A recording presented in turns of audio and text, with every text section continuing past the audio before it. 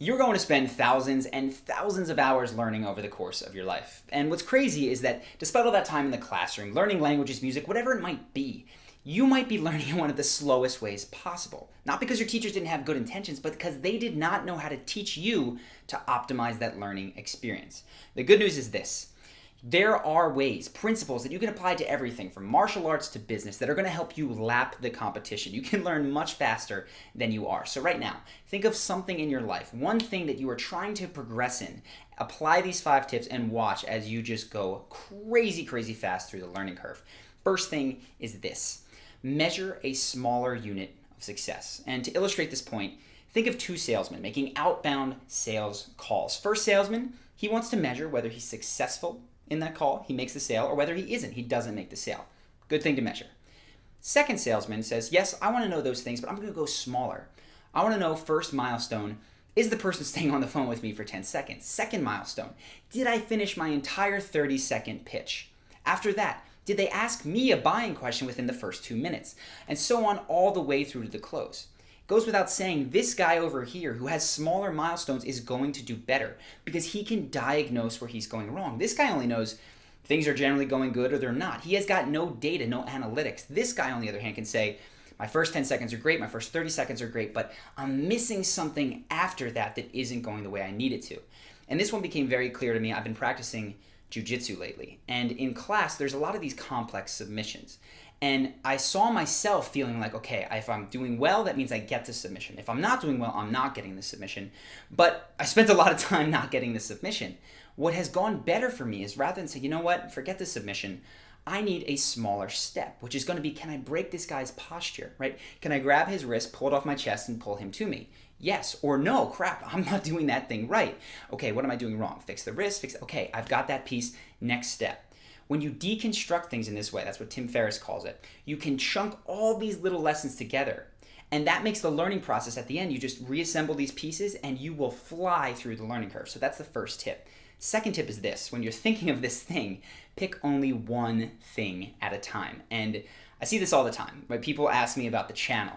They come in and they say, Charlie, I've watched all of your videos. I've seen them twice, seen a ton of improvement, but I'm kind of hitting a plateau. What do I do? And I never tell them, go ahead, watch a third time all 60 videos. That's not the right thing to do. The right thing is to pick the one video that had the tip that could be best for you, because you know your own self, right? Pick the thing that's going to be best for you and apply that until it becomes an unthinking habit. When we teach our programs, we've done a ton of different ways. We've done weekend boot camps, we've done group classes, we've done one-on-one Skype coaching. By far, the fastest improvement that I've seen in my clients comes from the online program that we have that walks people very specifically through things. Okay, week number 1, first impression. Week number 2, we've got the first impression, we're gonna move to confidence. Week number 3, conversation, going chronologically. And then within that first week, it's eye contact, tonality. Each day has just one thing that they're going to focus on. And what this enables you to do, or someone to do in any area, is that you get to focus on that thing without having your mind just be flooded with, I gotta do this, and then I gotta remember how to finish the submission. You get to focus on one thing, make that a habit, and then move along. So that's the second tip. Third tip. People get this one wrong, I think, from college, and it's that if you have a set amount of time to dedicate to any sort of learning endeavor, you are much better off spending that time a little bit every day than you are in one batched process. There's some things in life that do better in batching. Learning is not one of them, because learning comes from repetition, right? I see people in college, they go, but wait a second, I crammed for my last test, I did fine, 8 hours straight, I studied. Yes, but how much did you remember 3 days later? If you're trying to build a skill, you're trying to rewire your brain, create new neural pathways. Say you're playing the piano. If you sit down for 3 hours and play, and then come back a week later, you're not going to have it. But if you sit down for a half hour a day, walk away, come back the next day, half hour, you're getting to review what you did in a much shorter time span. That's going to help you learn faster. So keep in mind, when you have something, this consistency every single day, with the exception of things that require rest, like weight training, you want to keep that up. Now, a couple of caveats here. First thing is, this takes much more willpower. It's a lot easier for people to go, I'm going to run really hard for one day, than it is to do it for a year a little bit every day. So if you're working on willpower, you haven't mastered that, check out our video on willpower. It's going to help you with that. And the second thing is that this is true of learning and practicing, though not necessarily of production. I'm a writer. And if you're learning to write, I recommend you read and write every day. But if you're writing your masterpiece, some people, myself included, do better to have these just complete flow experiences of 6 hours at a time. You write, walk away for a week, and then come back to it. So learning and production, not necessarily the same mechanics going on here. But this brings me to the fourth thing, which is my favorite of everything that I've mentioned so far, because it's impacted me most recently in the biggest way, and that's with Charisma on Command. When we started this, I was doing it wrong. This business is actually about 3 years old. I had a blog, which I still do, and I was writing articles in that all the time. And I'd write an article, get a couple of subscribers, write an article, a couple of subscribers, but the growth rate was very, very linear. It wasn't going very quickly. And about 6-7 months ago, I was talking to Ben, my co-founder, and we said we need to mix stuff up. We got to try something different because we can't do this tortoise thing forever. So we said, okay, we're going to do LinkedIn, we're going to do Facebook, we're going to do Pinterest, we're going to get an Instagram, which I don't even know how we would possibly do that for Charisma on Command, and we're going to do YouTube. And if you'd asked me then which one was going to take it off, I thought LinkedIn. But surprise, surprise, YouTube exploded, right? We went from 8,000 subscribers to about 300,000 today in just 6-7 months. Point is, you do not know which vehicle is going to take you there. Everyone tells you, get a mentor, get a method, get a teacher. True. But when you're first starting, pick a bunch of different mentors. Pick a bunch of different methods. Good news is, introductory class for a lot of people is discounted or free. So when you're starting, say, improv comedy, go to a bunch of different clubs. Find the one that works for you. Once you find the one that is making you grow the fastest, that you like the most, double down on that. And that's what we've done with YouTube. For the last several months, all my energy's gone into YouTube. But then something happens, which always will happen, is you'll start to plateau. Now, our biggest growth month for this channel was probably a month or two ago.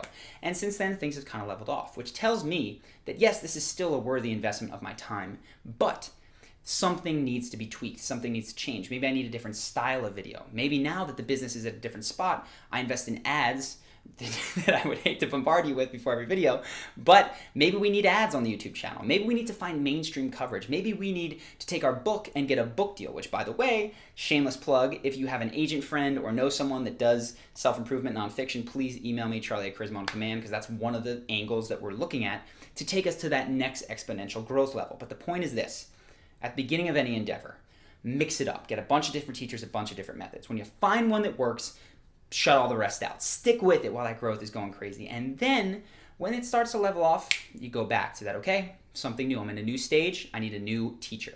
That is going to help you grow extremely quickly. Fifth thing, this is, again, one of the more important ones for me, is debriefing. And I've been thinking a lot about jiu-jitsu lately. That's kind of what inspired this video. But I see things, people have a lot of pride. And when they lose, they want to act like I got it. I knew that I shouldn't have done that. The truth is, I have no idea what I should and shouldn't do. I'm getting out there, I'm getting beat all the time. But whenever I get beat and I don't know what happened, I say, hey man, can you show me what you just did there? He'll walk me through it. Yeah, you did this, that. Okay, how do I avoid that next time? And he'll say, well, you had your arm really far extended. When you're doing that, you want to keep your arms in tight. And I say, okay, great. Next time I do it, I don't make that same mistake. So in this way, I'm limiting the mistakes I make rather than repeating them over and over and over again, which is what most people do. I make them once. Now, you'll notice in this story, I needed that second opinion because I don't know what I'm doing wrong. And this is true of you as well.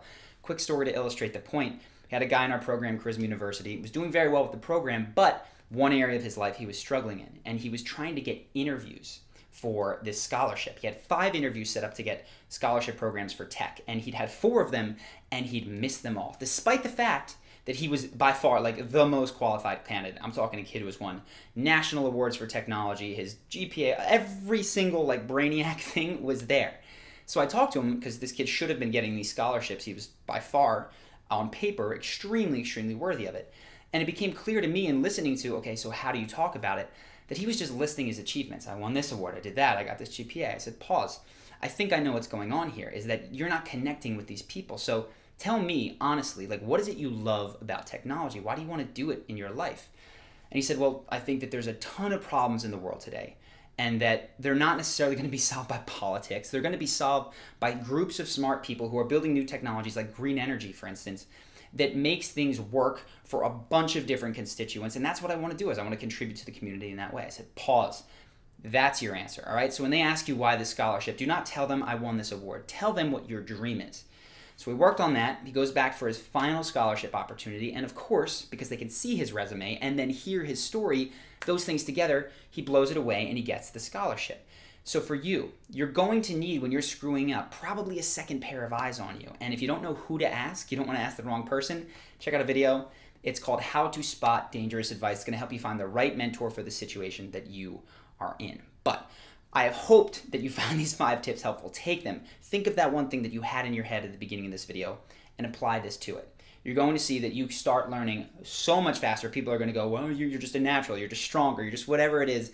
It's incredible how quickly this helps. So if you found this helpful and you have not yet done so, subscribe to the channel. We've got videos like this. We've got the charisma breakdowns, which I mentioned, which will still be coming. Even if we change our strategy, I'm going to stick with YouTube. I love doing this stuff. But go ahead, subscribe to the channel. You'll see us on your feed every single week, typically on Mondays, sometimes on Thursdays as well. If you haven't ever done so, go ahead, write in the comments. Let me know what kind of questions you guys have. That helps these videos. That helps the charisma breakdowns. I will tell you, the one you suggested that I'm still working on and should have next week is on Muhammad Ali. So that should be coming up. I can't promise it on Monday, but I'm very much thinking it will come Monday. I hope that you guys have enjoyed this video. I hope that you take one thing from this and actually apply it to your life rather than watching all 60 videos, even though I appreciate that. And I'll see you in the next video.